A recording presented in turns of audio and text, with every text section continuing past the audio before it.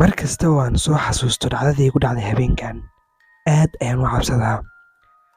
Waxay ahayd dhammaadka bisha Diseembar.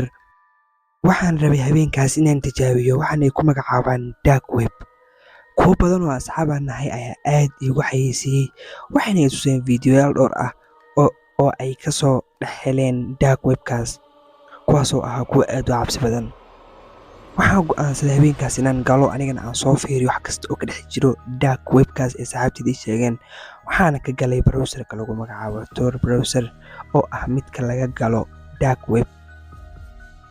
Waan galay oo waan dhex socday waxaan arkay waxyaabo aad u cabsi badan ilaa aan ka soo gaaray video live ah.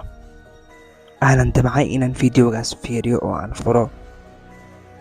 Markii aan videogii taabtay ayaa waxaa la ii soo qoray message kaasoo ah taabo haddii aad rabto inaad daawato live-kan.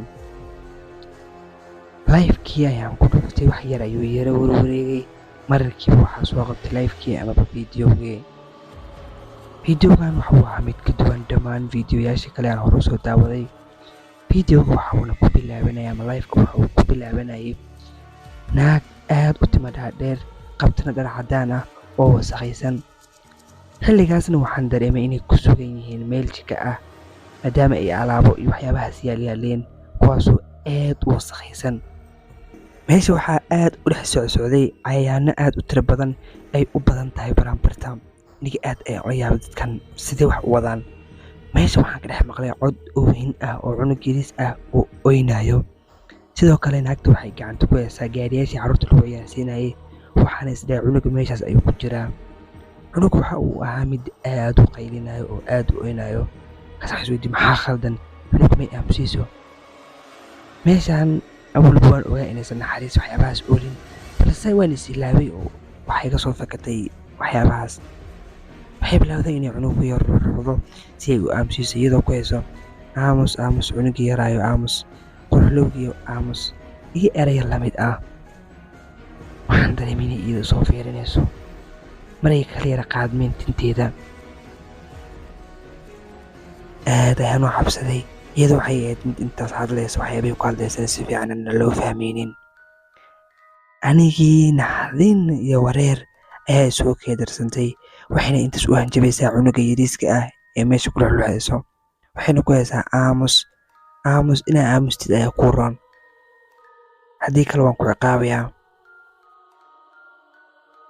aad ayay u sii ruuxday. ruuxitaankii cunugii yaraa ay aad ugu sii badisay si uu u aamuso, balse ma uusan ahayn cunugii inuu aamusay maadaama cunugu uu u baahan yahay daryeel hooyo iyo naxariis.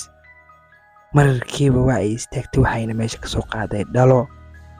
dhaladaasoo aad uga buuxaan cayayaano kala duwan, weliba kuwa wax qaniina sida jiraaca iyo wariiriga iyo waxyaabaha la mid ah.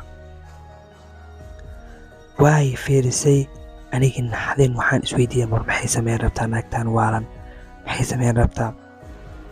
Meesha waxaa aad uga buuxay jiraac iyo cayayaano aad u tiro badan. maxaa kaa khaldan ayaa intaas ku haya aniga, balse codkeyga uma malinaya inuu gaaraayo. hal mar ayay wejigii iska fayday, misena waxay tustay hal il oo aad u weyn oo gudaheeda ay guduudan tahay. ishii ayay igu soo fiirisay. wejigeeda waxa uu ahaa mid caadi ah. waxaan dareemayay in wax editin aan la marin, wejigan uu yahay weji dabiici ah oo qofka uu wejigiisa toos u leeyahay. waxay ahayd mid weji laga cabsanayo leh. waxay bilowday inay afka kala qaado iyo inaa dholo caadayso, kadibna ay afka gacanta saarto sida inay aamus leedahay oo kaleeto. waxay bilowday inay iska qosasho. cunuga yarkana intaas waa uu aamusi la'yahay oo aad ayuu u oynayaa. wax walba waxay kasii dareen markii ay furka ka furtay dhaladii ayna bilowday inay soo bixiso. xitaa iyada waa ay cunayeen quraanjooyinka. waan yaabo, waxaan naf malaha miya, maxaa ka khaldan ayaan isleeyahay. wax walba waxay kasii dareen markii ay furka ka furtay, kadibna ay cunugii yariiska ah kusii kor shubtay. iyadii iyo cunugiina ay bilaabeen labaduba inay cunaan bahaaladii.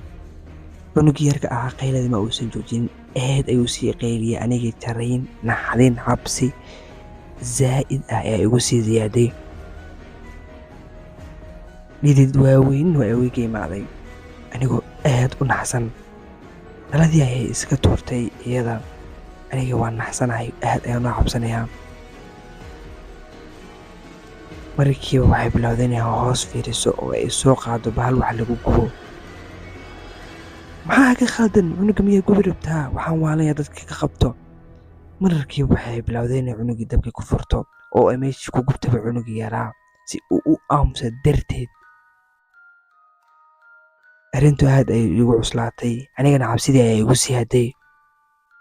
waxaa isugu kaga darsamay layaab iyo cabsi, balse waxaas dhan waxaa kasii darneed naagtu waxay ahayd mid ku raaxaysanaysa dilka cunugaas yariiska ah oo waayba qoslaysay.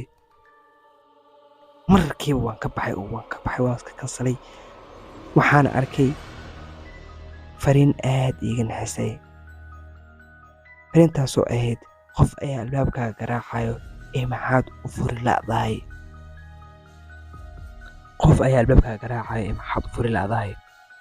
waan yaabay waana jirayey. fareygan waxay bilaabeen inay aad u nuxnuxsadaan. maxaad igu ciyaaraysaa ayaan u qoray. ma dhibkumaad iga dhaaftaan, hagu kaftamin aniga. naxdinta iyaaso waxaadba moodaa wadnaha inuu bannaanka isoo istaagi rabo. markiiba waxaa bilaabatay albaabka oo aad loo soo garaacay, taasoo igu dhalisay naxdinta adduunka. waxaan dhahay ciyaarta iga daaya, haddii kale booliiska ayaan wacayaa. markiiba waxaa ka baxshay jaajarka laabtoobkii ama kombyuutarkii. qabaqabadii ama loo kala soo garaacayn waa uu joogsaday. anigii aad ayaan u naxay, aad ayaan u jareeyey. adii muddo 10 daqiiqo ah kadib ayaan banaankii usoo baxay. meesha ayaan fiiriyey, waxaana arkay inaysan cidna joogin oo meesha ay cidla tahay. tartiib albaabkii ayaan furay, sanduuq yaalla ayaan arkay. sanduuqii waan soo qaaday waana furay. markii aan furan waxaan ku arkay wax iga sii cabsiyey. waxaana arkay cunug yar oo quraanjooyin ku dhex jiraan, sidoo kalena la gubay. markiiba waxaa igu soo dhacday cunug yariiska ah meesha loo gubaayay. albaabkii ayaan iska soo xiray naxdin daraaddeed. dhacdadaas igu dhacday waalidiinteeda umaanan sheegin, dib dambena dhacdaasoo kale umaan arkin. waalidiinteedana waxaan ugu sheegi waayey si aysan igu qoslin oo isna u dhihin waad waalan tahay.